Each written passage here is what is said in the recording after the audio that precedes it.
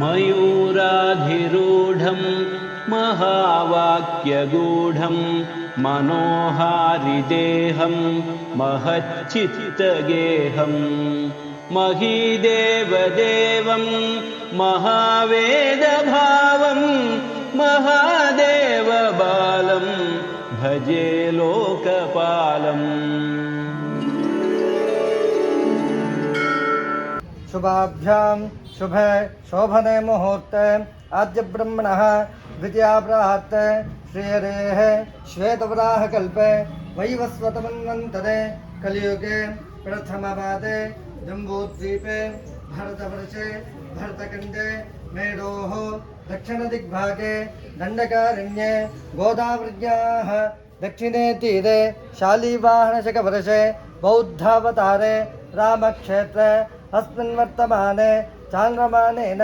प्रभवादि षष्ट्याः संवत्सराणां मध्ये महासरस्वती आत्मिका चण्डिका दुर्गा परमेश्वरी प्रीत्यर्थं स्थैर्य धैर्य विजय वीर्य अभय आनंद आयुः आरोग्य ऐश्वर्य आदीनां चण्डिका भगवती प्रीत्यर्थं यथाशक्ति यथा द्रव्यैः यथा ज्ञानतः सुवासिनी कुमारिका पूजां श्री सुब्रह्मण्येश्वर सन्निधौ अहं करिष्ये। शृङ्गक्ष्माभृन्निवासे शुकमुखमुनिभिः सेव्यमानाङ्घ्रिपद्मे स्वाङ्गच्छाया विधूतामृतकरसुरराट्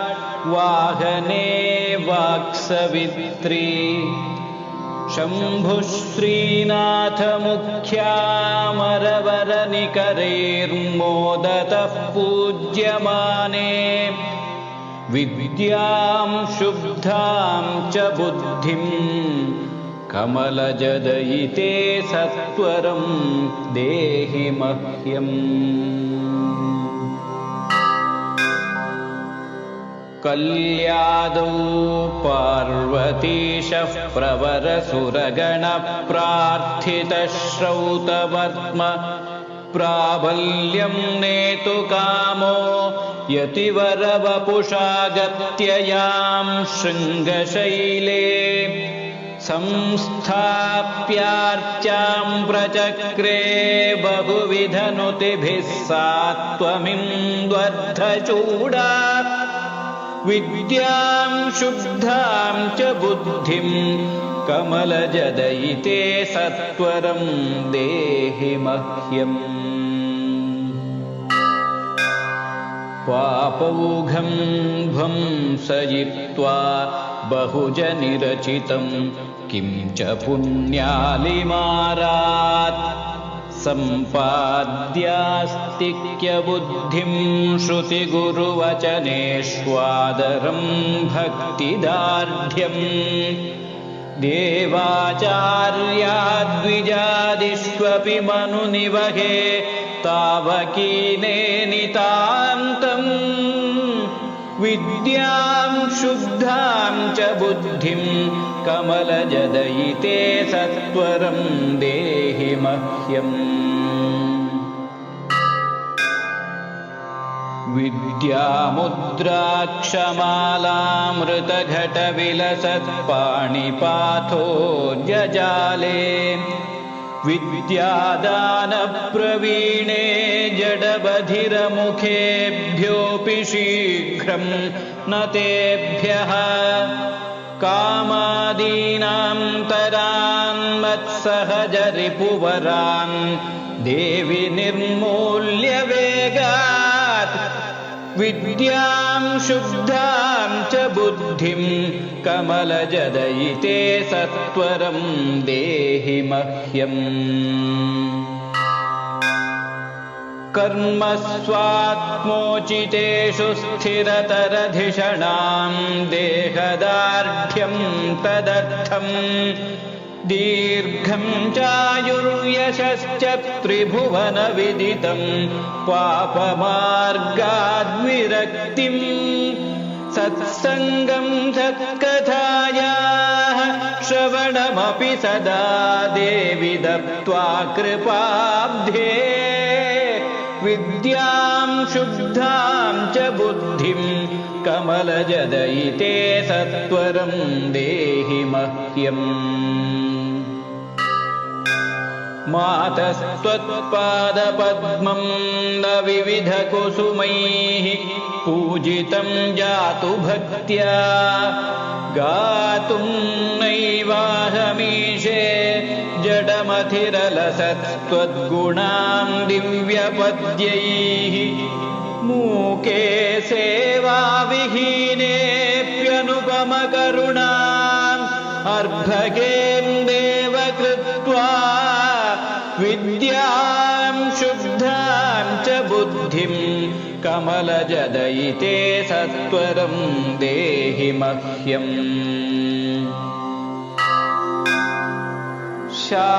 शान्त्याद्याः सम्पदो मे वितरशुभकरीर्नित्यतद्भिन्नबोधम्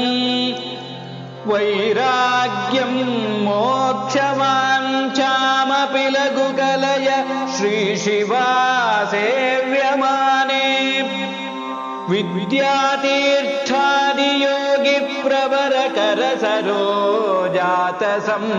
विद्यातीर्थादियोगिप्रवरकरसरोजातसम्पूजिताङ्घ्रे विद्यां शुद्धां च बुद्धिं कमलजदयिते सत्वरं देहि मह्यम् सच्चिद्रूपात्मनो मे श्रुतिमनननिदिध्यासनान्याशु मातः सम्पाद्य स्वान्तमेतद्रुचियुतमनिशं निर्विकल्पे समाधौ तुङ्गातीराङ्गराजद्वरगृहविलसच्चक्रराजासनस्थे विद्यां शुद्धां च बुद्धिं कमलजदयिते सत्वरं देहि मह्यम् विद्यां शुद्धां च बुद्धिं कमलजदयिते सत्वरं देहि मह्यम् विद्यां शुद्धां च बुद्धिं कमलजदयिते सत्वरं देहि मह्यम् कमलजदयिते सत्वरं देहि मह्यम् सत्वरं देहि मह्यम्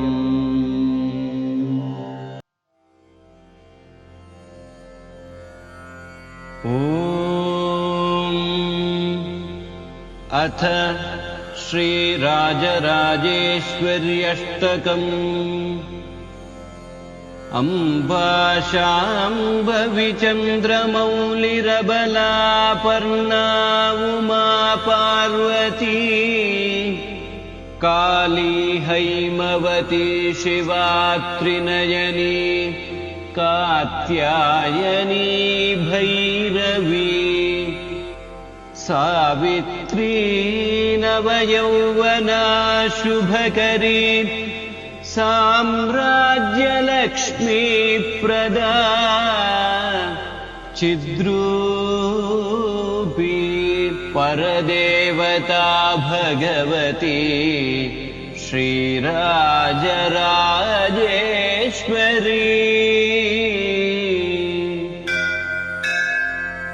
अम्बा मोहिनी देवता त्रिभुवनी आनन्दसन्दायिनी वाणी पल्लवपाणि वेणुमुरली गानप्रियालोलिनी कल्याणी उडुराजबिम्बवदना धूम्राक्षसंहारिणी चिद्रूपी परदेवता भगवती श्रीराजराजेश्वरी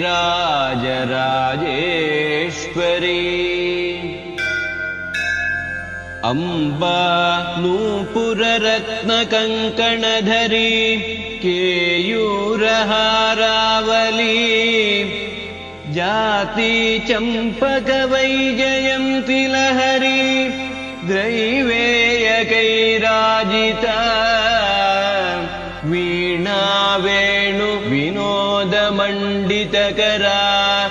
वीरासने संस्थिता चिद्रूपी परदेवता भगवती श्रीराजराजेश्वरी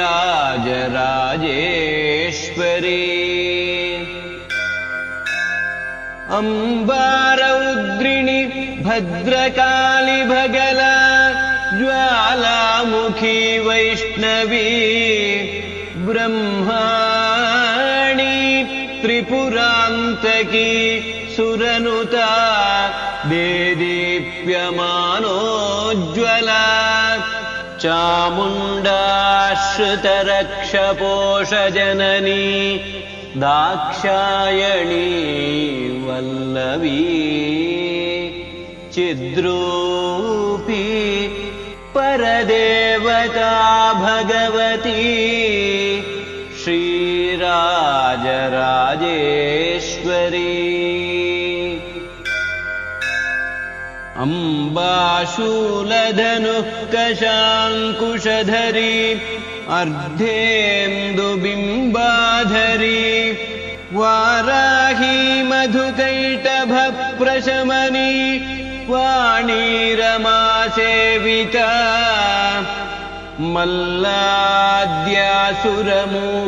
मल्लाद्यासुरमूकदैत्यमथनी माहेश्वरी चाम्बिका चिद्रूपी परदेवता भगवती श्रीराजराजेश्वरी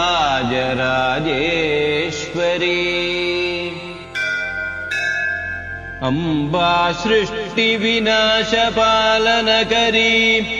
आर्या विसंशोभिता गायत्री प्रणवाक्षरामृतरसः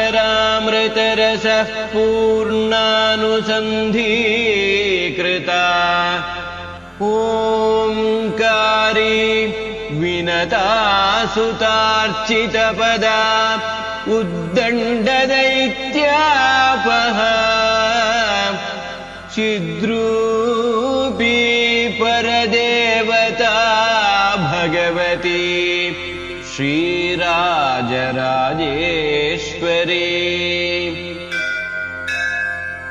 अम्बा शाश्वत आगमादिविनुता आर्या महादेवता या ब्रह्मादिपिपीलिकान्तजननी या वै जगन्मोहिनी या पञ्चप्रणवादिरेफजननी या चित्कलामालिनी चिद्रूपी परदेवता भगवती श्रीराजराजेश्वरी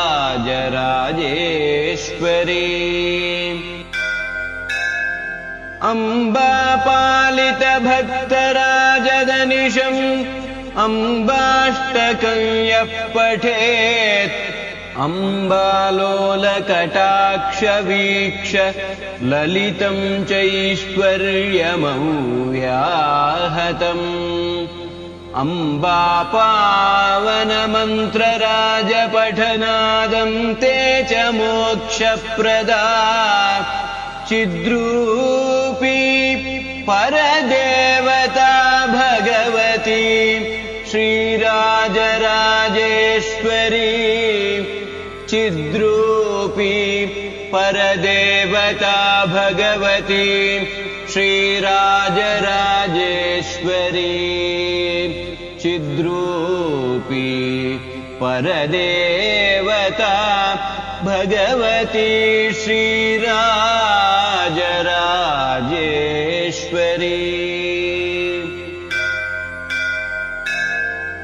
इति श्रीराजराजेश्वरी अष्टकं सम्पूर्णम्।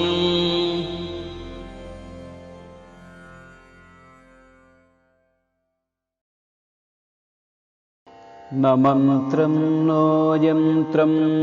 तदपि च न जाने स्तुतिमहो न चाह्वानं ध्यानं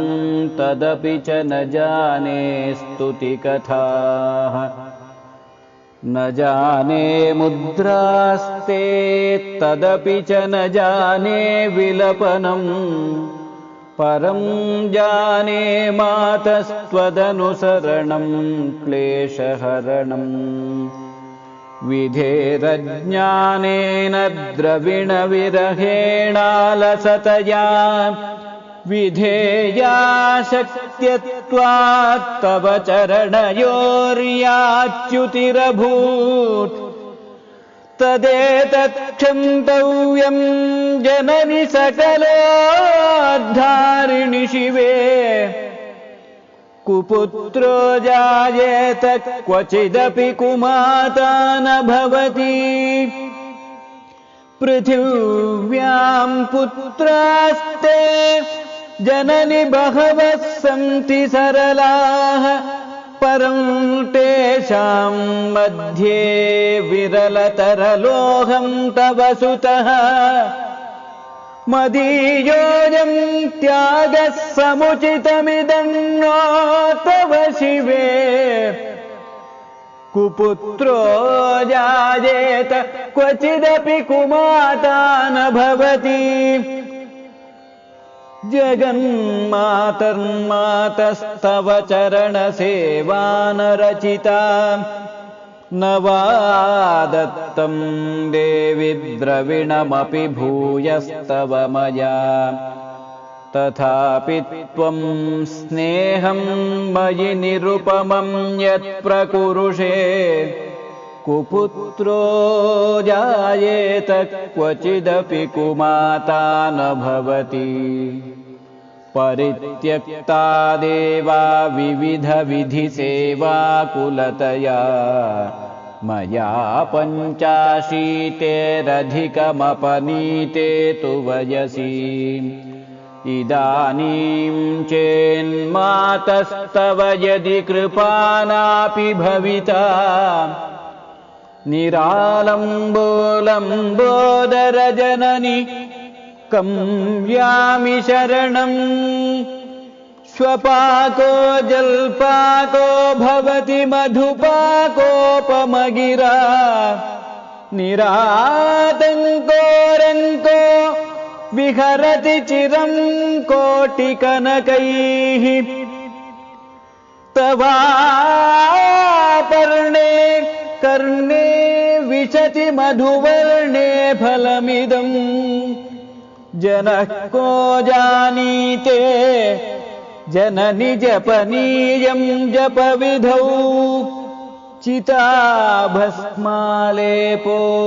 गरलमशनं दिक्पटधरो जटाधारी कण्ठे भुजगपतिहारी पशुपतिः कपालीभूतेशो भजति जगदीशैकपदवीम् भवानि त्वत्पाणिग्रहणपरिपाटीफलमिदम् न मोक्षस्याकाङ्क्षा भवविभववाञ्छापि च न मे न विज्ञानापेक्षा शशिमुखि सुखेच्चापि न पुनः अतस्त्वां संयाचे जननि जननं यातु मम वै मृडानि रुद्राणि शिव शिव भवानीति जपतः नाराधितासि विधिना विविधोपचारैः किं रूक्षचिन्तनपरैर्न कृतं वचोभिः श्यामे त्वमेव यदि किञ्चन मयि अनाथे दत्से कृपामुचितमम्ब परं तवैव आपत्सु मग्नः स्मरणं त्वदीयं करोमि दुर्गे करुणार्णवेशि नैतच्छटत्वं मम भावयेथाः क्षुधातृषार्था जननीं स्मरन्ति जगदम्ब विचित्रमत्र किं परिपूर्णा करुणास्ति चेन्मयि अपराधपरम्परावृतं नहि माता समुपेक्षते सुतं मत्समः पातकी नास्ति पापघ्नी त्वत्समानहि एवं ज्ञात्वा महादेवि यथा योग्यं तथा कुरु यथा योग्यं तथा कुरु यथा योग्यम्।